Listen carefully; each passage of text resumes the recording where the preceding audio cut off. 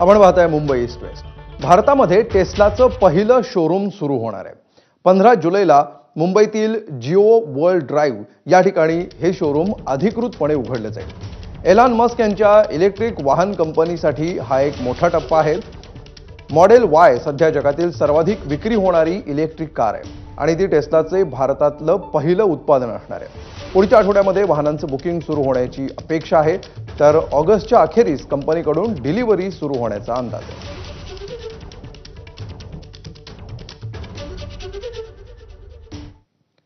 तर राज्य सरकारनं ॲप आधारित वाहनांवर कडक कारवाई करण्याची घोषणा केली आहे. त्यानुसार उबर शटल, सिटी फ्लो आणि इतर ॲप आधारित वाहनांवर वाहतूक विभागाकडून दंडात्मक कारवाई करण्यात येते. उबर शटल सेवा आज बंद करण्यात आली, तर इतर ॲप आधारित वाहनं देखील बंद झाल्यामुळे प्रवाशांना इतर पर्याय शोधावे